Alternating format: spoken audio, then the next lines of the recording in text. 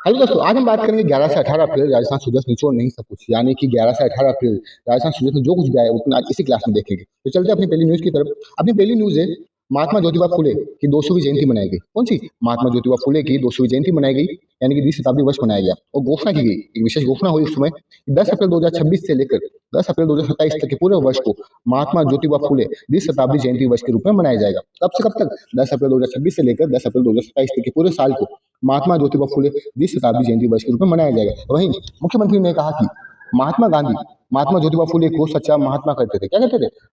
सच्चा महात्मा कहते थे। वहीं बाबा साहब अम्बेडकर उन्हें अपने 3 गुरुओं में से एक मानते थे, वैसे तीसरे गुरु मानते थे। ओके, ध्यान, कौन सा गुरु? तीसरे गुरु।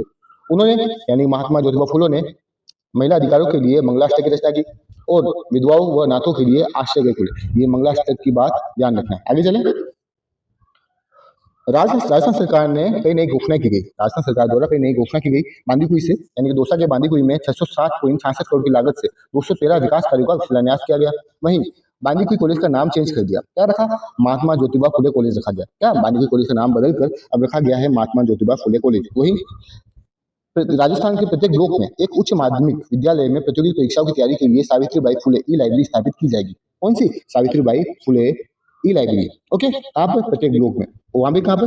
तो एक उच्च माध्यमिक विद्यालय में। ओके, इसके लिए जो भी कॉम्पिटिशन एग्जाम की तैयारी कर रहे हैं उनके लिए। और राजस्थान के जितने भी जिले हैं ना, वहां पे महात्मा ज्योतिबा फुले आदर्श विद्यालय स्थापित किए जाएंगे। ओके, और राजस्थान सरकार ने क्या घोषणा की थी? देखो, बूंदी और हिंडोली के लिए, बूंदी और हिंडोली के लिए प्रमुख घोषणा की गई। देखो, रामसागर झील यानी हिंडोली झील के किनारे भगवान श्री राम की 21 फीट ऊंची प्रतिमा बनाई जाएगी। साथ ही पर्यटन विकास का द्वितीय चरण शुरू होगा। वहीं और पनोरमा स्थापित किया जाएगा। पनोरमा की घोषणा की गई। किसकी पनोरमा की? महात्मा ज्योतिबा फुले पनोरमा। हिंडोली में, कहाँ पर? हिंडोली में, बूंदी हिंडोली में महात्मा ज्योतिबा फुले और सावित्रीबाई फुले की जयंती पर, यानी कि महात्मा ज्योतिबा फुले और सावित्रीबाई फुले की जीवनी पर आधारित एक अत्याधुनिक पनोरमा स्थापित किया जाएगा। और क्या बनाया जाएगा? और एक लाइब्रेरी स्थापित की जाएगी। ओके, और बूंदी के प्रसिद्ध दुगारी बांध के जीर्णोद्धार की घोषणा की गई। तो वहीं लाखेरी में, यानी इंद्रगढ़ लाखेरी में 35 करोड़ की लागत से 195 आवासों का निर्माण कार्य जारी है। ओके, समझ में आया? चलो, और क्या हुआ देखो। 2025-26 के बजट में कौन कौन से पनोरमा घोषित किए गए थे उनकी बात करें अपन तो देखो, श्री महावीर जी का पनोरमा कहाँ पर है? महावीर जी करौली में। जैन मुनि श्री विद्यासागर जी महाराज पनोरमा कहाँ स्थापित किया गया? तो अजमेर में। श्री भगत शिरोमणि कर्माबाई पनोरमा कहाँ है? तो कालवा दिवाना कुंचामन। श्री जसनाथ जी पनोरमा कहाँ है? तो कतरियासर बीकानेर। श्री खेमा बाबा पनोरमा कहाँ है? तो बायतू बालोतरा में। कौन कौन से देखो, महावीर जी पनोरमा कहाँ है? तो महावीर जी करौली में। श्री जैन मुनि श्री विद्यासागर जी महाराज पनोरमा कहाँ है? तो अजमेर में। श्री भक्त शिरोमणि कर्माबाई पनोरमा कहाँ है? तो कालवा दिवाना कुंचामन में। श्री जसनाथ जी पनोरमा कहाँ है? तो कतरियासर बीकानेर में। श्री खेमा बाबा पनोरमा कहाँ है? तो बायतू बालोतरा में। ओके, और भी है देखो, बामाशा पनोरमा श्री बामाशा पनोरमा कहाँ है? तो चित्तौड़ में। रावचंद्र सेन पनोरमा जोधपुर में। गोकुलाचार्य पनोरमा भरतपुर में। वीर तेजाजी महाराज पनोरमा सुसुरा अजमेर में। वीर तेजाजी महाराज पनोरमा कहाँ है? सुसुरा अजमेर में। हरबूजी सांखला पनोरमा कहाँ है? बुंदेल नागौर में। गोगाजी राठौर पनोरमा कहाँ है? तो शेखाला जोधपुर में। संत आत्माराम जी पनोरमा कहाँ है? तो सरदासपुरा जयपुर में। ओके, बामाशा कहाँ है? चित्तौड़गढ़ में। चंद्रसेन कहाँ है? तो जोधपुर में। गोकुलाचार्य कहाँ है? तो भरतपुर में। वीर तेजाजी महाराज कहाँ है? तो सुसुरा अजमेर में। हरबूजी सांखला कहाँ है? बुंदेल नागौर में। गोगाजी राठौर शेखाला जोधपुर में। आत्माराम कहाँ है? तो सदासपुरा जयपुर में। ओके, आगे चले। आगे देखो, और आगे है चालक निसी माता का पनोरमा कहाँ है? चालकना गांव बाड़मेर में। कहाँ पर है? चालकना गांव बाड़मेर में। करमती बाई को शेखावटी की मीरा कहते हैं। इनका पनोरमा कहाँ है? तो खंडेला सीकर में। कहाँ है? खंडेला सीकर में। ओके, महर्षि दयानंद सरस्वती पनोरमा कहाँ है? अजमेर में। ओके, और क्या किया गया देखो, स्वातंत्र वीर संग्रहालय जयपुर में निर्माण हुआ। कहाँ पे? स्वातंत्र वीर संग्रहालय का निर्माण कहाँ हुआ? जयपुर में। ओके, आगे चले। अब बात करते हैं अपन हाल ही में घोषित बजट में घोषित पनोरमा। राजस्थान बजट 2026-27 में घोषित 6 पनोरमा। एक है दुर्बल नाथ जी का पनोरमा, कहाँ स्थापित है? बांदीकुई दौसाना। कहाँ पर? बांदीकुई दौसाना। वीर दुर्गादास राठौर जी का पनोरमा कहाँ है? तो सीमाना बालोतरा में। नागनेशी माता का पनोरमा कहाँ है? तो नगाना गांव बालोतरा में। श्री तेजाजी महाराज का पनोरमा तो है खरनाल नागौर में। श्री यादव माता जी का पनोरमा कहाँ है? तो झालामठ जोधपुर में। और एक है महर्षि दयानंद सरस्वती जी का पनोरमा अजमेर में। ओके, ये हो गई सारे पनोरमा की बात। ओके, अब चले अपन आगे। आगे की न्यूज अपनी, अपराध पर जीरो टॉलरेंस नीति चल रही है राजस्थान में अभी, जिसके कुछ डाटा आए हैं 2023 से लेकर 2025 तक के। ओके, पुलिस प्रशासन की उच्च स्तरीय एक बैठक हुई थी जिसमें मुख्यमंत्री ने अपराधों में आई कमी का विवरण दिया। ओके, मतलब कि अपराधों में जो भी कमी आई है राजस्थान में, उनकी एक डाटा आया है। ठीक है ना? देखो आप क्या क्या आया उस डाटा में, तो देखो राजस्थान में कुल अपराधों में कमी कितनी आई है? तो 18.77%। कितनी आई है? 18.77%। हत्या के मामले में कमी कितनी आई? तो 25.68%। कितनी? 25.68% की कमी आई है। डकैती में 43.26%। लूट में आई है 50.75%। और नकबजरी और चोरी में कितनी आई है? 33.75% की कमी आई है। वही महिला अत्याचार में कितनी आई है? 9.94% की कमी आई है। वही SC ST के विरुद्ध अपराध में कितनी कमी आई है? 28.29 की कमी आई है। कितनी आई है? 28.29 की। कुल अपराधों में कितनी आई है? ध्यान रखना, 18.77 कितनी है? 18.77%। ओके, आगे चले। अब कर लेते हैं क्वेश्चन प्रैक्टिस। देखो, अपना पहला क्वेश्चन है, राजस्थान में सुदृढ़ कानून व्यवस्था और पुलिस सुधारों के संदर्भ में निम्नलिखित तथ्यों पर विचार कीजिए। देखो, पिछले 2 वर्षों में राजस्थान में कुल अपराधों में लगभग 18.77% की उल्लेखनीय कमी दर्ज की गई। ये बात सही है? मैंने भी बताई है। हाँ, ये बिल्कुल बात सही है। पोक्सो मामलों में अनुसंधान का औसत समय अब घटकर 40 दिन रह गया है, जो पहले 100 दिन से अधिक था। ये सेम टू सेम लाइन अभी SI में आई थी। ओके, ये same to same line SI में आई थी। ये बात भी बिल्कुल सही है। ओके, पोक्सो मामलों में अनुसंधान जो रिसर्च का है ना, औसत समय उसे कम करके कितना कर दिया? 40 दिन कर दिया, जो पहले कितना था? 100 दिन से अधिक था। ओके, वही नए भारतीय न्याय संहिता यानी BNS के क्रियान्वयन में राजस्थान वर्तमान में देश में प्रथम स्थान पर है। नहीं, ये बात गलत है। राजस्थान कौन से स्थान पर? तीसरे स्थान पर है। ये बात गलत हो गई। सही क्या हुआ? 1 और 2 सही हो गए। वो कैसे हुए? 1 और 2 सही हो गए। अब देखो, ये क्वेश्चन का पैटर्न अभी राजस्थान में आ रहा है, RPS से लेके आ रही है, तो मैं उसी पैटर्न के अकॉर्डिंग प्रैक्टिस करवा रहा हूँ आपसे। ओके, तो आंसर क्या हो जाएगा? 1 और 2। ओके, अपनी अगली न्यूज देखो क्या है। अपनी अगली न्यूज है, अगली सॉरी क्वेश्चन है कि राजस्थान सरकार रामजल सेतु लिंक परियोजना के माध्यम से 17 जिलों को लाभान्वित करेगी। ओके, किसको करेगी? 17 जिलों को। कारण क्या? देखो, यह परियोजना चंबल और बनास नदी बेसिन के अधिशेष जल को आपस में जोड़ने पर आधारित है। ओके, कथन क्या है? राजस्थान सरकार रामजल सेतु लिंक परियोजना के माध्यम से 17 जिलों को लाभान्वित करेगी। तो इसका कारण क्या है? यह परियोजना चंबल और बनास नदी बेसिन के अधिशेष जल को आपस में जोड़ने पर आधारित है। ओके, जब भी ऐसे क्वेश्चन करो तो कथन क्योंकि लगा देना। क्या लगा देना? क्योंकि लगा देना। तो ये दोनों बातें क्या है? सही है वैसे। ओके, यानी कि और ए और आर दोनों सही है, और आर ए की सही व्याख्या भी करता है। ओके, चलो अपन चलते हैं अब अपने अगले क्वेश्चन पे। अपना अगला क्वेश्चन है, कथन क्या है? देखना, पचपदरा रिफाइनरी देश का पहला इंटीग्रेटेड रिफाइनरी सह पेट्रोकेमिकल कॉम्प्लेक्स है। ये बात बिल्कुल भी सही है। ओके, कारण क्या है? इस रिफाइनरी में केवल बाड़मेर यानी राजस्थान में उत्पादित कच्चे तेल का ही उपयोग किया जाएगा। ये बात बिल्कुल गलत है। मैंने पिछली क्लास में बताया था। ओके, इसमें क्या होगा? आयाती तेल का भी मिश्रण किया जाएगा। ओके, क्या हुआ? आयाती तेल भी मिश्रित किया जाएगा, ध्यान रखना। तो ये क्या है? ए सही है लेकिन आर गलत है। ओके, आगे चले। अपना अगला क्वेश्चन है, महात्मा ज्योतिबा फुले की 200वीं जयंती के अवसर पर घोषित सावित्रीबाई फुले ई लाइब्रेरी कहाँ स्थापित की जाएगी? कहाँ होगी? जल्दी बताओ। प्रत्येक ब्लॉक स्तर पर। कहाँ पर होगी? प्रत्येक ब्लॉक स्तर पर। आगे चले। अब देखो, ये जो भी सुजस में जो प्रश्नोत्तरी आती है ना, वहां से लिए गए हैं। ठीक है ना। एक क्वेश्चन आता है, सोलार माता मंदिर कहाँ स्थापित है? तो ये है राजस्थान के सोलंबर जिले में। कहाँ पर है? ये जनजाति समाज का एक आस्था स्थल है। इसका सोनार माता मंदिर कहाँ स्थापित है? राजस्थान के सोलंबर जिले में। ओके, नमो वन की बात करिए तो राज्य सरकार की कार्य योजना के अनुसार नमो वन पंचायत समिति स्तर पर स्थापित किए जाएंगे। ओके, नमो नर्सरी कहाँ पर होगी? तो जिला स्तर पर। और नमो वन कहाँ होंगे? तो पंचायत समिति स्तर पर। ओके, चंबल एक्वाडक्ट का है, तो कोटा और बूंदी जिलों के मध्य चंबल नदी पर कनेक्टिविटी स्थापित कर रहा है। क्या कर रहा है? कनेक्टिविटी। कहाँ पर? कोटा और बूंदी जिले के मध्य चंबल नदी जो बह रही है ना, वहाँ पे क्या स्थापित कर रहा है? कनेक्टिविटी। कौन? चंबल एक्वाडक्ट। ये पिछली बार मैंने बता चुका हूँ। ओके, अगला है मलिनाजी पश्चिम मेला। यह कांकरेज, बेल और मालानी गोरों के लिए प्रसिद्ध है। ओके, मैं पंच गौरव योजना में एक जिला एक खेल के तहत भरतपुर जिले का खेल क्या है? कुश्ती है। ओके, भरतपुर जिले का खेल क्या है? कुश्ती है। ओके, अब आगे चलते हैं अपन। अब देखो, सुजस में आई थी शिक्षा और तकनीकी विकास पे कुछ आए थे। देखो, एक ड्रीम प्रोग्राम। क्या नाम है? Dream program. इसका पूरा नाम क्या है? Digital residence. क्या है? Digital readiness and empowerment through assisted mentoring. क्या नाम है? Digital readiness and empowerment through assisted mentoring. इसका प्रथम चरण में 50,000 विद्यार्थियों को लाभ मिला है। कितना? प्रथम चरण में 50,000 विद्यार्थियों को क्या मिला है? लाभ हुआ है। वहीं एक क्या है? CM rise school. क्या नाम है? CM राइज स्कूल आधुनिक शिक्षण सुविधाओं के लिए 400 विद्यालयों को Rajasthan innovative school of excellence के रूप में विकसित किया जा रहा है। कितने स्कूल को? 400 स्कूलों को। ओके, याद रखोगे। यानी आधुनिक शिक्षण सुविधाओं के लिए 400 विद्यालयों के लिए Rajasthan innovative school of excellence के रूप में विकसित किया जा रहा है। यानी कि CM राइज स्कूल कितने स्थापित किए जा रहे हैं? 400। एक और है स्पेस गैलरी। कौन सी है? Space gallery. जोधपुर स्थित state remote sensing application centre. कौन सा? जोधपुर में एक state remote sensing application centre है। वहाँ पे स्पेस गैलरी और चिल्ड्रन गैलरी का निर्माण होगा। कहाँ पे होगा? जोधपुर में। जोधपुर में कहाँ पे? तो state remote sensing application centre के अंतर्गत स्पेस गैलरी और चिल्ड्रन गैलरी का निर्माण होगा। ओके, अब बात करते हैं अपन क्वेश्चन प्रैक्टिस की वापस। देखो, कथन कारण का क्वेश्चन है। कथन क्या है? राजस्थान सरकार ने भर्ती परीक्षाओं में पारदर्शिता सुनिश्चित करने के लिए राजस्थान स्टेट टेस्टिंग एजेंसी का गठन का निर्णय लिया है।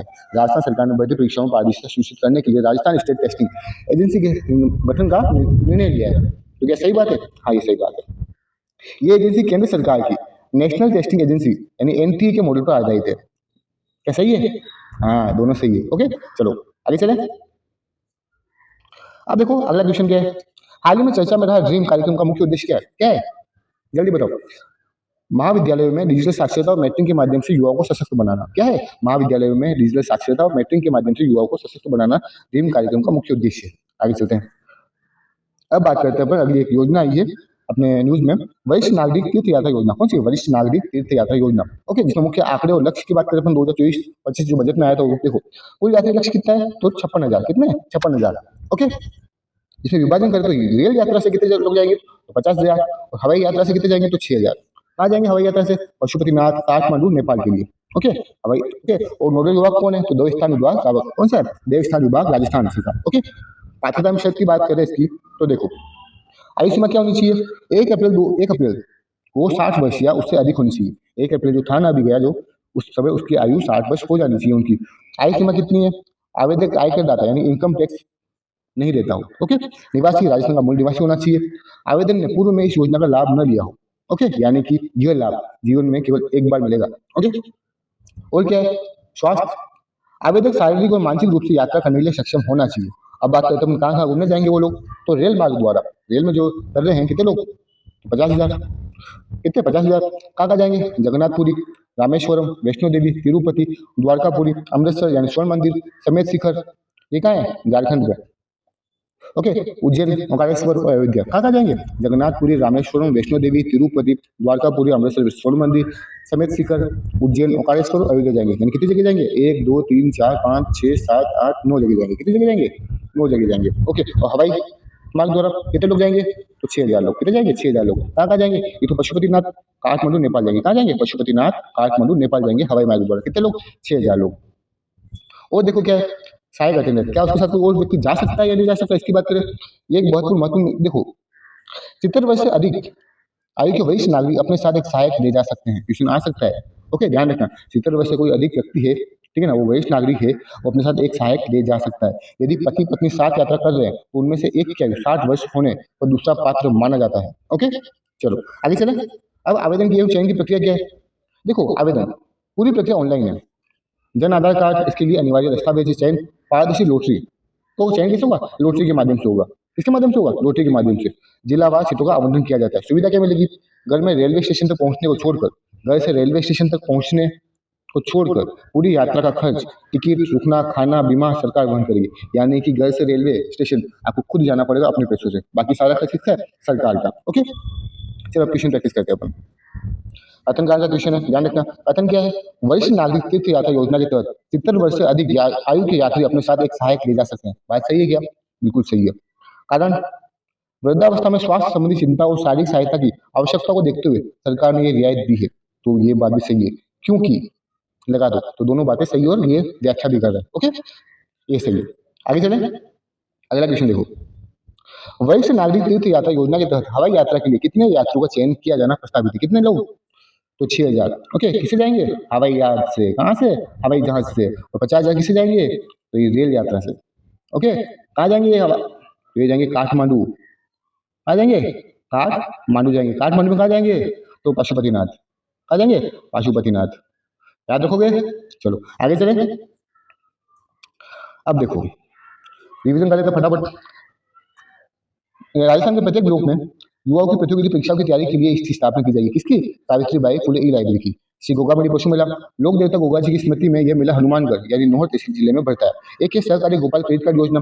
पशुपालकों को अधिकतम 1 लाख तक का ब्याज मुक्त ऋण प्रदान किया जाता है। एक पचपत्र रिफाइनरी शुभारंभ। प्रधानमंत्री इसका शुभारंभ 21 अप्रैल 2026 को पचपत्र बालोतरा में करेंगे।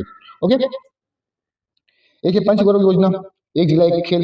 दीग जिले का चयनित खेल क्या है? कुश्ती है। ओके, ध्यान रखने देखो बिलवाड़ा भरतपुर का भी क्या है? बिलवाड़ा भरतपुर दीग तीनों का क्या है? कुश्ती है। किसका? बिलवाड़ा, भरतपुर और किसका? दीग। क्या है तीनों का? कुश्ती। क्या है? कुश्ती। ओके, याद रखोगे? चलो आगे चले। अब कर लेते हैं आपका क्वेश्चन प्रैक्टिस। देखो हाँ, मैं मानता हूँ कि मैं बहुत ज्यादा क्वेश्चन दे रहा हूँ, लेकिन इतनी प्रैक्टिस करोगे ना उतना बेहतर बनोगे। ओके, क्वेश्चन क्या है? कथन कारण। कथन क्या है? राजस्थान सहकारी गोपाल क्रेडिट कार्ड योजना के माध्यम से पशुपालकों को 1 लाख तक का ब्याज मुक्त ऋण दिया जा रहा है। क्या ये बात सही है? बिल्कुल सही है। इसका मुख्य उद्देश्य दूध उत्पादन बढ़ाना और गोपालकों को आर्थिक रूप से सशक्त बनाना। बात सही है क्या? बिल्कुल बात सही है। ओके, ये दोनों सही है और सही व्याख्या भी कर रहा है। ओके, यहाँ पे हमेशा क्यों की लगाना, क्या लगाना? क्योंकि जैसे आप बोलोगे ना, इसको कनेक्ट करना क्योंकि लगाओगे ना, तो आपको पता चल हाँ यार सही है या नहीं है। ओके, चलो आगे चले। अपना अगला क्वेश्चन है, प्रधानमंत्री द्वारा 21 अप्रैल 2026 को राजस्थान के किस जिले में देश के पहले इंटीग्रेटेड पेट्रोकेमिकल कॉम्प्लेक्स का उद्घाटन किया जाएगा? कहाँ पर है? बालोतरा में। कहाँ पर? बालोतरा में। और बताओ जल्दी मुझे, क्या ये जितना भी होगा ना वो सिर्फ राजस्थान में, मतलब किसी यही का मिश्रण होगा या फिर ऐड भी किया जाएगा? ऐड भी किया जाएगा, ध्यान रखना। ओके, आगे चले। एक है, अभी 14 अप्रैल आई थी, जिसमें अम्बेडकर साहब की 135वीं जयंती मनाई गई थी। 14 अप्रैल 2026 को अम्बेडकर साहब की 135वीं जयंती मनाई गई थी, जिसमें कई सारी घोषणाएं और सौगात लाए सरकार ने। एक तो है ई लाइब्रेरी का विस्तार किया गया। नगरीय क्षेत्रों में 200 अम्बेडकर ई लाइब्रेरी स्थापित की जाएगी। कितनी? नगरीय क्षेत्रों में 200 अम्बेडकर ई लाइब्रेरी स्थापित की जाएगी।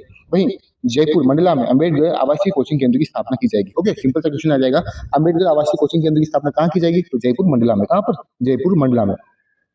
वहीं आगे देखो, तकनीकी पहल क्या की? मुख्यमंत्री ने एआई आधारित हेल्प डेस्क समाधान साथी का शुभारंभ किया। किसका? हेल्प डेस्क समाधान साथी का शुभारंभ किया गया। वहीं 10 छात्रावास भवनों का लोकार्पण, 17 नए छात्रावासों का शिलान्यास किया गया। और देखो महत्वपूर्ण मिशन और योजनाएं, महत्वपूर्ण मिशन और योजनाएं देखो, पीएम जनमन योजना आदिम जनजाति समूह को बुनियादी सुविधाएं प्रदान करने में राजस्थान देश भर में कौन से स्थान पर है? पहले स्थान पर। यानी पीएम जनमन योजना में राजस्थान कौन से स्थान पर है? पहले स्थान पर है। एक है अनुप्रति कोचिंग संस्थान, अनुप्रति कोचिंग योजना, मेधावी विद्यार्थियों को सम्मानित किया जाएगा। ओके, अब क्वेश्चन है ये, उल्टा सीधा हो गया। देखो विचार करो, पीएम जनमन योजना के तहत आदिम जनजाति समूह को बुनियादी सुविधा उपलब्ध कराने में राजस्थान वर्तमान में देश में पहले स्थान पर है। बात सही है क्या? बिल्कुल सही बात है। सरकार ने राज्य के नगरीय क्षेत्रों में 200 अम्बेडकर ई लाइब्रेरी स्थापित करने की घोषणा की है। क्या बात सही है? सही है। बाबा साहब बाबा साहब डॉक्टर भीमराव अम्बेडकर की इस वर्ष 135वीं जयंती मनाई गई है। क्या बात सही है? बिल्कुल सही है। अभी कुछ वीडियोस देखी थी, उसमें कोई 136 बता रहा है, कोई 135 बता रहा है, लेकिन जो अपने राजस्थान सूर्य सेना उसमें 135 ही बताई है भाई। तो ध्यान रखना कितनी है? 135वीं जयंती है। ओके, तो मतलब ये तीनों बातें सही है। तो आपका आंसर क्या हो जाएगा? 1 2 3। ओके, चले आगे चले। अब बात कर लेते हैं अपन, जयंती है उनके बारे में जाने नहीं तो क्या मतलब। ओके, तो हम बात करेंगे बाबा साहब डॉक्टर भीमराव अम्बेडकर की, ठीक है, जो क्या है आधुनिक भारत के निर्माता है। इनका संक्षिप्त परिचय देखें। इनका जन्म हुआ था 14 अप्रैल 1891 को महू मध्य प्रदेश में। कहाँ हुआ था? महू मध्य प्रदेश में।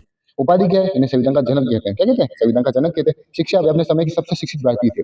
ओके, उन्होंने कोलंबिया विश्वविद्यालय, न्यूयॉर्क और लंदन स्कूल ऑफ इकोनॉमिक्स में क्या किया? अर्थशास्त्र और कानून में उच्च शिक्षा प्राप्त की थी। क्या की थी? उच्च शिक्षा प्राप्त की थी। अगर इनके योगदान की बात करें तो देखो, संविधान निर्माण किया था तो भारत के संविधान सभा में प्रारूप समिति के अध्यक्ष के रूप में उन्होंने विश्व के सबसे बड़े लोकतांत्रिक देश का संविधान तैयार किया। उन्होंने जाति आधारित भेदभाव के खिलाफ जीवन भर संघर्ष किया। उनका मानना था कि शिक्षा, संगठित रहो और संघर्ष करो, ये मुक्ति का मार्ग है। क्या माना उन्होंने? शिक्षा करो मतलब शिक्षा प्राप्त करो, साथ में रहो और संघर्ष करो, इससे आपको क्या मिलेगी? मुक्ति मिलेगी। और अम्बेडकर साहब ने हिंदू कोड बिल के माध्यम से महिलाओं को संपत्ति का अधिकार और तलाक का अधिकार दिलाने के पूर्व जो लड़ाई लड़ी। वहीं बाद में फैक्ट्री कानून और काम के घंटे 8 घंटे कार्य दिवस को तय करवाने में उनकी भूमिका महत्वपूर्ण थी। ओके, अब हाल ही में क्या क्या लाया गया तो देख लो। एक तो बाबा साहब का मानना था कि शिक्षा ही समानता की चाबी है, इसलिए राजस्थान सरकार ने नगरीय क्षेत्र में 200 नई अम्बेडकर ई लाइब्रेरी खोलने की घोषणा की। वहीं जयपुर के मंडला कॉलेज में अम्बेडकर आवासीय कोचिंग केंद्र की स्थापना का उद्देश्य वंचित वर्ग के मेधावी छात्रों को समान अवसर देना है। ओके, क्या देना है? समान अवसर देना है।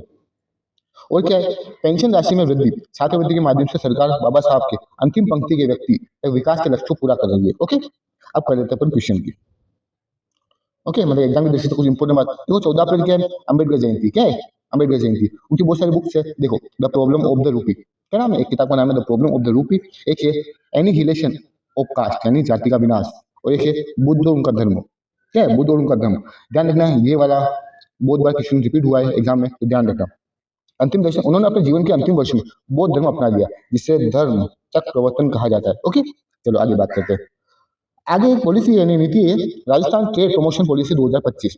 Rajasthan trade promotion policy 2025। देखो क्या है इस नीति में? ये छोटे व्यापारियों को बड़े व्यापार और ई कॉमर्स से जोड़ने वाली क्रांतिकारी नीति। क्या है? छोटे व्यापारी जो होते हैं ना, छोटे व्यापारी, उनको बड़े व्यापारी और ई कॉमर्स है ना, उनको जोड़ने की एक नीति है। ऋण सुविधा दी जाती है इसमें। खुदरा व्यापारियों को 2 करोड़ तक का ऋण दिया जाएगा। कितना? खुदरा व्यापारियों को 2 करोड़ तक का ऋण दिया जाएगा, जिसमें ब्याज अनुदान भी मिलेगा। कितना? राज्य सरकार 6% तक ब्याज अनुदान देगी। कितना प्रतिशत? 6%। कितना? लोन कितना मिलेगा? 2 करोड़ तक। ठीक है ना? ब्याज अनुदान कितना है? 6%।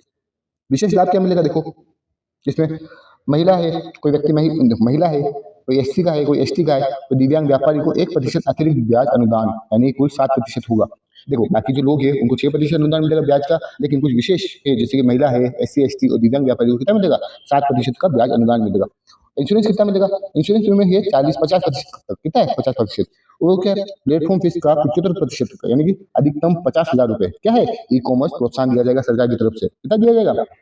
अधिकतम 50,000 यानी कि 75%। ओके, आगे चले। आगे क्या लक्ष्य क्या? देखो, प्रदेश के 10.5 लाख से अधिक खुदरा व्यापारियों को व्यापार बढ़ाने का अवसर देना। क्या देना है?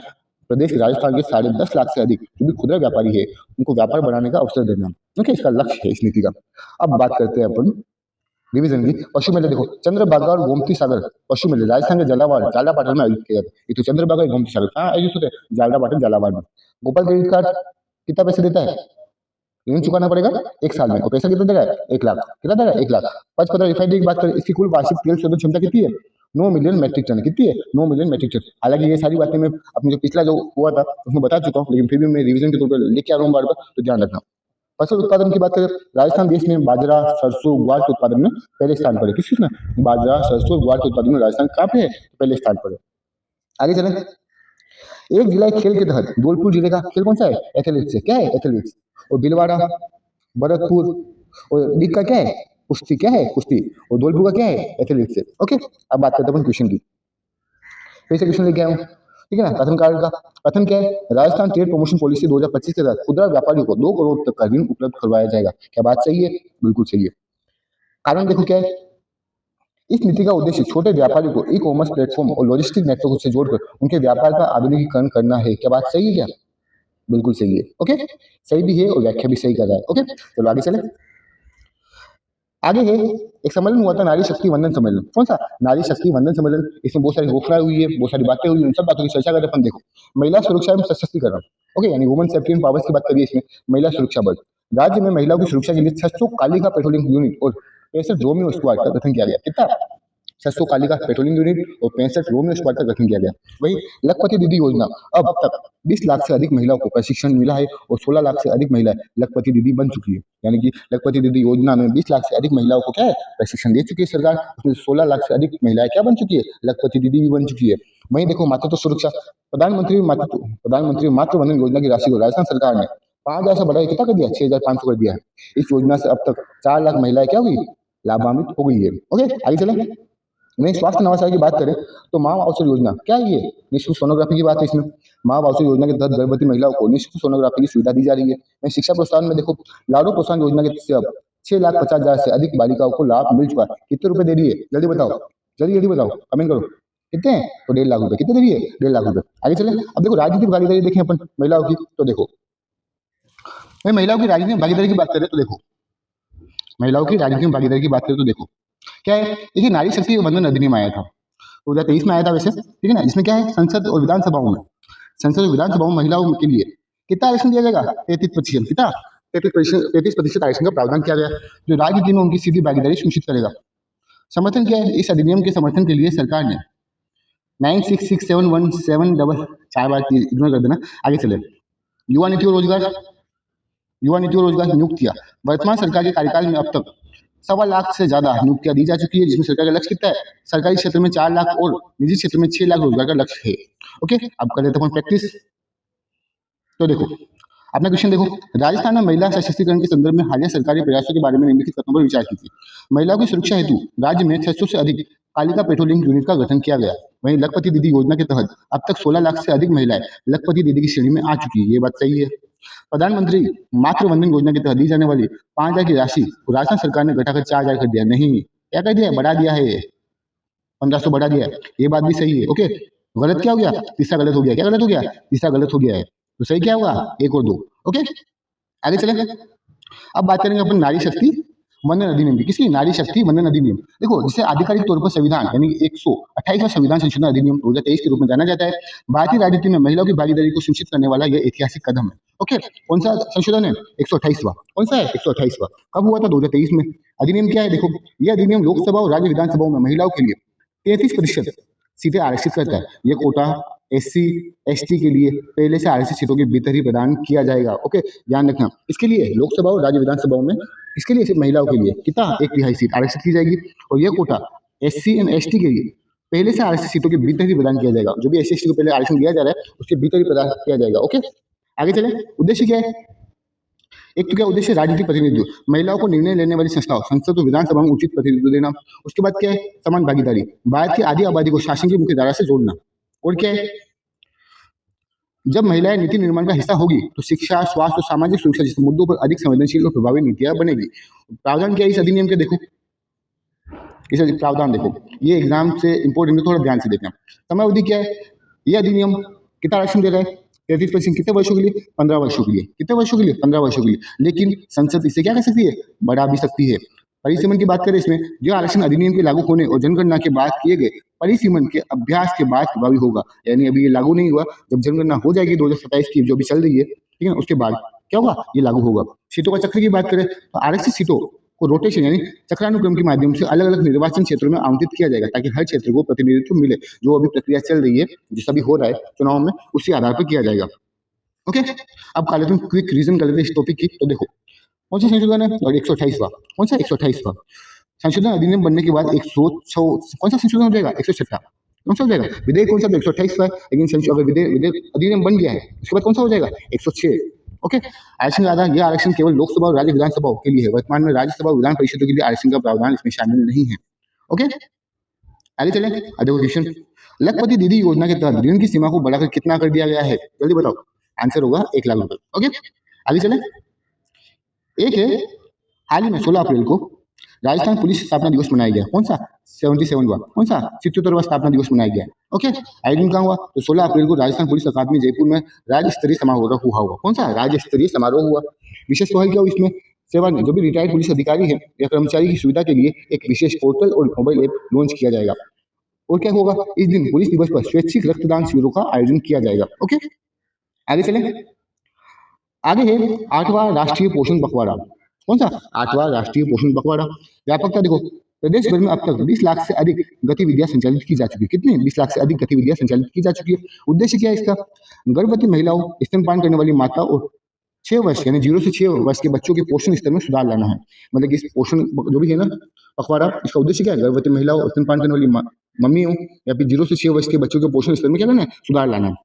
खास फोकस क्या है, बच्चों का स्क्रीन टाइम कम करना, जो भी बच्चे फोन देख रहे हैं उसका टाइम कम करना। प्रारंभिक वर्ष यानी 0 से 3 वर्ष में मस्तिष्क का विकास और आंगनबाड़ी केंद्रों को मजबूत करना। क्या है, बच्चों का स्क्रीन टाइम कम करना है, प्रारंभिक वर्ष 0 से 3 वर्ष में मस्तिष्क का विकास करना और आंगनबाड़ी केंद्रों को क्या करना है, मजबूती प्रदान करनी है। ओके, महत्वपूर्ण तथ्य की बात करें तो देखो, बच्चे के मस्तिष्क का 85% विकास 6 वर्ष की आयु तक पहुंच जाता है। ओके, बच्चे के मस्तिष्क का विकास 85% विकास कितनी आयु में हो जाता है, 6 वर्ष की आयु में हो जाता है। पोषण अभियान का राष्ट्रीय स्तर पर शुभारंभ कहाँ से होगा, 8 मार्च 2018 को झुंझुनू राजस्थान से हुआ था। ओके, पोषण अभियान का राष्ट्रीय स्तर पर शुभारंभ 8 मार्च 2018 को झुंझुनू राजस्थान से हुआ था, ध्यान रखना। ओके, अब बात करें अपन सूर्यास्त में जो क्वेश्चन आंसर आते हैं उसकी। देखो, मातृवंदन योजना कौन सी है, मातृवंदन योजना, प्रधानमंत्री मातृवंदन योजना पे से क्या है, पीएम। राजस्थान सरकार ने सहायता राशि कितनी बढ़ा दी है, 6,500, पहले कितनी थी, 5,000 थी। अब राज्य सरकार ने कितनी बोल दी, 1,500 बढ़ा दी, कितनी होगा, 6,500 हो गई है। ओके, और कौन सी है, देखो अगली न्यूज है, HPV वैक्सीन अभियान। प्रधानमंत्री ने उदयपुर जिले से युवतियों को सर्वाइकल कैंसर से बचने के लिए इस अभियान का शुभारंभ किया। कहाँ से किया, उदयपुर से। ओके, HPV वैक्सीन अभियान का शुभारंभ प्रधानमंत्री नरेंद्र मोदी ने उदयपुर जिले से किया है। ओके, एक है माँ वाउचर योजना। उद्देश्य क्या है, गर्भवती महिलाओं को निःशुल्क सोनोग्राफी की सुविधा उपलब्ध कराना। एक एकीकृत प्लेटफॉर्म, प्रशासन को डिजिटल और पारदर्शी बनाने के लिए राजकाज 2.0 का उपयोग किया जा रहा है। किसका, राजकाज का उपयोग किया जा रहा है।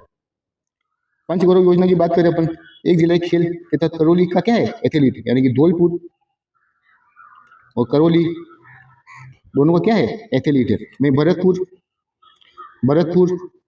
और डीग और एक भिलवाड़ा, इसका क्या है, कुश्ती है। ओके, आगे चले। आगे अपना क्वेश्चन है, क्वेश्चन प्रैक्टिस करनी पड़ेगी ना भाई। देखो, राजस्थान में पोषण अभियान के संदर्भ में कौन सा कथन सत्य है, बताओ जल्दी। पोषण अभियान का राष्ट्रीय स्तर पर शुभारंभ राजस्थान के जयपुर से हुआ नहीं, कहाँ से हुआ है, झुंझुनू से हुआ है। कहाँ से हुआ है, झुंझुनू से हुआ है। बच्चे के मस्तिष्क का 25% विकास 10 वर्ष की आयु तक हो जाता है नहीं, 6 वर्ष। पोषण अभियान का राष्ट्रीय शुभारंभ 8 मार्च 2018 को झुंझुनू से हुआ, ये बात बिल्कुल सही है। ओके, आगे चले। और ये इसमें क्या है, 10 लाख नहीं है, कितने हैं, 20 लाख है। ओके, चलो आगे चले। आगे है आंगनबाड़ी का नंदगढ़ में कायाकल्प, यानी आंगनबाड़ी को क्या कहते हैं, नंदगढ़ कहते हैं।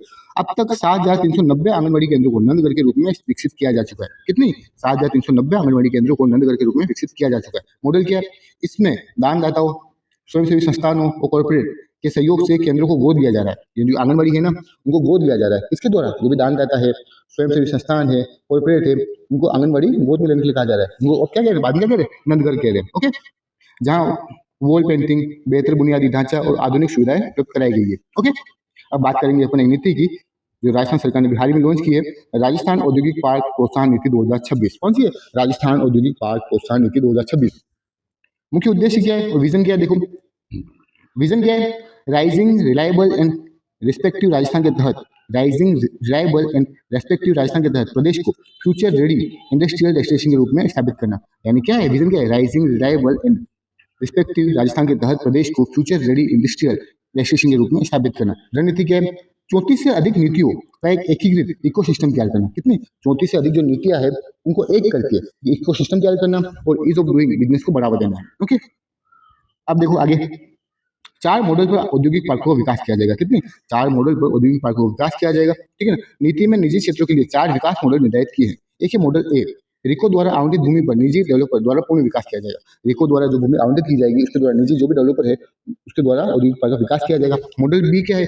80% भूमि डेवलपर द्वारा और 20% भूमि किसके द्वारा? रिको द्वारा निर्धारित दरों पर दी जाएगी। मॉडल सी क्या है? संपूर्ण भूमि की व्यवस्था डेवलपर करेंगे। जो भी औद्योगिक पार्क स्थापित कर रहे हैं वो सारी भूमि वो स्थापित करेंगे। ठीक है। मॉडल डी क्या है? PPP. Okay, public private partnership model पर आधारित विकास होगा। ओके, मॉडल ए क्या है? रिको देगा सारी भूमि। ठीक है ना। मॉडल बी क्या है? 80% भूमि किसकी है? डेवलपर की है। 20% क्या है? रिको की है। मॉडल सी क्या है? संपूर्ण भूमि किसकी है? डेवलपर की है। मॉडल सी क्या है? पीपीपी मॉडल पे। ओके, आगे चले। शर्त देखो, शर्त क्या है? निजी क्षेत्र के पार्क के लिए कम से कम 50 एकड़ क्षेत्रफल और 10 औद्योगिक इकाई अनिवार्य है। कितनी? 50 एकड़ क्षेत्रफल और 10 औद्योगिक इकाइयां अनिवार्य है। ओके, अब हरित विकास की बात करें इस नीति में तो देखो, ग्रीन इंफ्रास्ट्रक्चर यानी कि सीईटीपी पर व्यय कितना होगा? 50%, अधिकतम 12.5 करोड़ राज्य सरकार देगी। ओके, जो भी ग्रीन इंफ्रास्ट्रक्चर हो गए उस पर सरकार जितना भी खर्च हो रहा है उस पर तो उसका 50% सरकार से वापस दे देगी, लेकिन अधिकतम कितना देगी? तो 12.5 करोड़। ओके, पूंजीगत अनुदान की बात करें तो सामान्य अवसंरचना है उसके लिए 20% का पूंजीगत अनुदान है। ओके, अनुदान की बात करें तो देखो, अगर किसी के 100 एकड़ है तो उसे 20 करोड़ वापस देंगे। 100 से 250 करोड़ है, 100 एकड़ है तो कितना? 20 करोड़। और 100 से 250 एकड़ है तो कितने? 30 करोड़। 250 एकड़ से अधिक है तो 40 करोड़। 20, 30, 40, 100 से 250, 250 से अधिक। ओके, आगे चले। अब देखो निवेश और सुविधा क्या है इसमें? निवेश और सुविधा है सिंगल विंडो क्लियरेंस यानी निवेश पोर्टल के माध्यम से समयबद्ध निस्तारण किया जाएगा। विशेष प्रोत्साहन 100% विद्युत शुल्क छूट, स्टाम्प शुल्क एवं कन्वर्जन शुल्क में 25% की छूट दी जाएगी। फ्लैग एंड प्ले ऑफिस के लिए रिप्स के तहत अतिरिक्त लाभ दिया जाएगा। ओके, ये रिप्स वो नीति है 2024 की। ठीक है ना, जो एग्जाम में बहुत बार रिपीट हो रखी है। इस नीति के बारे में अपन कभी एक बार चर्चा करेंगे डिटेल से। ओके, चलो आगे चले। एक है हाल ही में विश्व बैंक ने, ठीक है ना, राजस्थान सरकार को कुछ राशि दी है। ठीक है ना, देखो राजस्थान हाईवे आधुनिकीकरण प्रोजेक्ट कौन सा है? राजस्थान हाईवे आधुनिकीकरण प्रोजेक्ट। वित्तीय सहायता कौन दे रहा है? विश्व बैंक। कौन दे रहा है? विश्व बैंक बोर्ड ने इसके लिए 2025 करोड़ के लोन राशि की मंजूरी दी, यानी कि 225 मिलियन। कितने? 225 मिलियन डॉलर। ओके, ध्यान रखना। विस्तार देखो, राज्य के 14 प्रमुख राजमार्गों का आधुनिकीकरण यानी कुल 926 किलोमीटर किया जाएगा। कितना विस्तार किया जाएगा? 14 प्रमुख राजमार्गों का क्या किया जाएगा? आधुनिकीकरण किया जाएगा, यानी मॉडर्नाइजेशन किया जाएगा। तकनीकी मॉडल देखो, 5 परियोजनाएं ईपीसी मोड पर और 9 परियोजनाएं हाइब्रिड एन्युटी मोड पर। किस पे? 5 परियोजना है वो तो किस पे? ईपीसी मोड पर, और 9 परियोजना है वो किस पे? हाइब्रिड एन्युटी मोड पर विकसित होगी। ओके, इसमें स्मार्ट फीचर क्या है? देखो, इसमें इंटेलिजेंस ट्रांसपोर्ट सिस्टम लागू होता है। इसमें जो भी रोड बन रहा है ना, 14 हाईवे बन रहे हैं, स्टेट हाईवे, ठीक है, जिनका डिजिटलाइजेशन मॉडिफिकेशन हो रहा है, उसमें इंटेलिजेंट ट्रांसपोर्ट सिस्टम लागू होगा जिससे रियल टाइम मॉनिटरिंग और सड़क सुरक्षा में सुधार होगा। ओके, आप चलो क्वेश्चन करते हैं। क्वेश्चन क्या है? देखो, विश्व बैंक द्वारा स्वीकृत राजस्थान हाईवे आधुनिकीकरण प्रोजेक्ट के तहत राज्य के कितने राजमार्गों का आधुनिकीकरण किया जाएगा? कितने? 14। तो कितनी राशि दी जाएगी? 2025। ठीक है ना, मतलब कि 225 मिलियन डॉलर। ओके, कौन देगा? तो वर्ल्ड बैंक। अब चलो अगला क्वेश्चन है कथन कारण का। कथन कारण का क्वेश्चन है। कथन क्या है? राजस्थान हाईवे आधुनिकीकरण प्रोजेक्ट में इंटेलिजेंट ट्रांसपोर्ट सिस्टम का उपयोग किया जाएगा। बात सही है। इसका उद्देश्य सड़क सुरक्षा को बढ़ाना और ट्रैफिक की रियल टाइम मॉनिटरिंग करना। ओके, बिल्कुल दोनों बातें सही है, और ये क्या है? सही व्याख्या भी कर रहा है। क्या कर रहा है? सही व्याख्या भी कर रहा है। चले आगे। अब देखो अपन कर लेते हैं वापस रिवीजन। देखो, महात्मा ज्योतिबा फुले महात्मा ज्योतिबा फुले और सावित्रीबाई फुले का पुनर्जन्म कहाँ स्थापित किया जाएगा? इंडोली बूंदी में बनेगा। ओके, साथ में उनका बनेगा तो लाइब्रेरी बनेगी। लाडो प्रोत्साहन योजना सहायता राशि 1 लाख से बढ़ाकर कितनी कर दिए? 1.5 लाख कर दिए। और स्वामी विवेकानंद स्कॉलरशिप, इसका उद्देश्य मेधावी छात्रों को विदेशों के प्रतिष्ठित संस्थानों में उच्च शिक्षा के लिए आर्थिक सहायता प्रदान करना। ओके, एंटी रोमियो स्क्वाड कितने हैं? वर्तमान में प्रदेश के 65 सक्रिय एंटी रोमियो स्क्वाड पर आगे कर रहे हैं। और कालिका वो कितनी है? वो 600। ओके, आगे चले। अब देखो और क्या, पंचगौरव योजना बीकानेर, बीकानेर जिले का चयनित खेल क्या है? साइकिलिंग। क्या है? साइकिलिंग। अब बात करेंगे अपन प्रधानमंत्री फसल बीमा योजना की। इसकी प्रधानमंत्री फसल बीमा योजना की योजना क्या है? देखो, प्रधानमंत्री फसल बीमा योजना भारत सरकार द्वारा संचालित एक जोखिम सुरक्षा कवच है। क्या है जोखिम सुरक्षा कवच? इसका मुख्य उद्देश्य क्या है? प्राकृतिक आपदाओं, कीटों या बीमारियों के कारण फसल के नुकसान से जूझ रहे किसानों को आर्थिक सहायता प्रदान करना। क्या है? प्राकृतिक आपदाओं, कीटों या बीमारियों के कारण फसल के नुकसान से जूझ रहे किसानों को क्या करना है? आर्थिक सहायता प्रदान करना प्रधानमंत्री फसल बीमा योजना का क्या है? लक्ष्य है या फिर उद्देश्य है। ओके, विशेषता देखो इसकी क्या है इस योजना की? विशेषता पे बहुत बार क्वेश्चन आया हुआ है। ओके, कवरेज देखो, ये योजना बुआई से लेकर फसल कटाई के बाद तक की अवधि को कवर करती है। ओके, अगर मतलब कि अपने खेत में बो दिया है, जब तक फसल आप काट लेते हैं उसके बाद तक भी क्या है इस योजना में कवर हो रही है। ओके, जोखिम देखो क्या क्या है, कब तक पैसा दे सकते हैं? सूखा हो गया है, बाढ़ आ गई है, चक्रवात हो गया है, ओलावृष्टि है, भूस्खलन, कीटों का प्रकोप आदि के कारण अगर फसल नष्ट होती है तो इसकी तरफ क्या होगा? बीमा आपको पैसे मिलेंगे। ओके, अब प्रीमियम कितना होगा?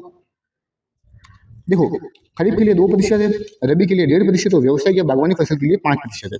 ओके, खरीफ फसल के लिए 2%, रबी फसल के लिए 1.5% और व्यावसायिक बागवानी फसल के लिए 5% है। ओके, ये क्वेश्चन यूपीएससी में आया हुआ है, तो आरपीएससी यूपीएससी क्वेश्चन क्या करती है?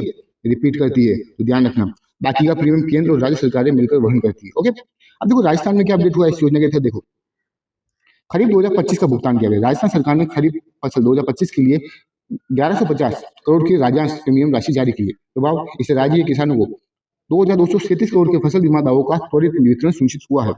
सरकार ने दावों की सत्यापन की प्रक्रिया को अब तक पूरी तरह से डिजिटल और पारदर्शी बना दिया है ताकि किसान को समय पर मदद मिल सके। ओके, आगे चले। आगे है एक योजना जिसका नाम है मुख्यमंत्री मंगला पशु बीमा योजना। कौन सी है? मुख्यमंत्री मंगला पशु बीमा योजना। उद्देश्य क्या है? देखो, दुधारू पशुओं की अकाल मृत्यु होने पर, दुधारू पशु है उनकी अकाल मृत्यु होने पर पशुपालक को आर्थिक संबल प्रदान करना, यानी कि कुछ बीमा देना, कुछ पैसा देना। ओके, प्रीमियम क्या है? ये योजना पूरी तरह से क्या है? निःशुल्क है। पशुपालक को कोई प्रीमियम नहीं देना पड़ता है। बीमा कवर कितना होगा? प्रति पशु अधिकतम 40,000 तक की बीमा राशि मिलती है। यानी कोई पशु है, दुधारू पशु है, उसकी मौत हो जाती है, सरकार इस बीमे के तहत, ठीक है ना, कितने रुपए देती है? 40,000 अधिकतम। ओके, लक्ष्य क्या है? वर्तमान में 42 लाख दुधारू पशुओं का बीमा करने का लक्ष्य है। कितने का? 42 लाख पशुओं का क्या है? बीमा करने का लक्ष्य है राजस्थान सरकार का। ओके, पात्रता क्या है, सीमा क्या है, उसकी बात करें तो देखो, पशु की संख्या, प्रत्येक पशुपालक को अधिकतम 2 गाय या भैंस या 1 गाय 1 भैंस या 10 बकरी भेड़ ऊंट का लाभ मिलेगा। ओके, मतलब ऐसा नहीं, मतलब प्रत्येक जो भी पशुपालक है वो ज्यादा से ज्यादा 2 गाय या फिर 2 भैंस या फिर 1 गाय या फिर 1 भैंस, ओके, या 10 बकरी भेड़ ऊंट का लाभ मिलेगा। ओके, पशु की आयु कितनी होनी चाहिए? गाय की होनी चाहिए 3 से 12 वर्ष, भैंस की होनी चाहिए 4 से 12 वर्ष, बकरी की और भेड़ की होनी चाहिए 1 से 6 वर्ष, ऊंट की होनी चाहिए 2 से 15 वर्ष। तभी उनको क्या मिलेगा? लाभ मिलेगा। कितना मिलेगा? अधिकतम 40,000 रुपए। ओके, कितना मिलेगा? 40,000 रुपए। अन्य शर्त क्या है? पशु की टैगिंग अनिवार्य है। ये टैग गुम हो जाए तो 1 दिन के भीतर पशुपालन विभाग को सूचित कर री टैगिंग करवानी होगी। ओके, हालिया उपलब्धि देखो क्या मिला है। हालिया उपलब्धि फरवरी 2026 तक पंजीकरण 34.34 लाख से अधिक पशुओं का पंजीकरण हो चुका है। फरवरी 2026 तक 10,756 दावों का निपटारा कर पशुपालकों को 20 करोड़ से अधिक की बीमा राशि का भुगतान किया जा चुका है। ओके, आगे चलें। आगे है राष्ट्रीय सहकार मसाला मेला 2026। कहाँ है? तो जवाहर कला केंद्र जयपुर में। कब है? 26 अप्रैल तक है। कब है? 26 अप्रैल तक। विस्तार क्या है? अब सरकार इस मेले को जिला स्तर पर भी आयोजित करेगी ताकि स्थानीय सरकारी उत्पादकों को बड़ा मंच मिले। प्रमुख उत्पाद क्या है? राजस्थान की मत्थान्या मिर्च, बारा का धनिया, नागौर का जीरा, जालोर का इसबगोल, सोजत की मेहंदी जैसे विशिष्ट उत्पादों को वैश्विक पहचान मिलेगी। ओके,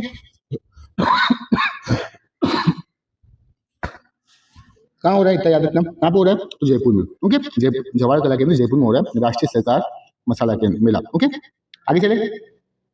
आगे है राजस्थान वित्त निगम आरएफसी को वित्तीय संबल सहयोग कौन कर रहा है? रिको द्वारा 50 करोड़ की अंश पूंजी का सहयोग दिया जा रहा है। किसको? राजस्थान वित्त निगम को। ट्रांसफर देखो, अब तक 20 करोड़ की राशि हस्तांतरित की जा चुकी है। उद्देश्य क्या है? इससे राजस्थान वित्त निगम सूक्ष्म लघु एवं मध्यम उद्योग यानी एमएसएमई को अधिक ऋण दे सकेगा, जिससे प्रदेश में निवेश और रोजगार के नए अवसर पैदा होंगे।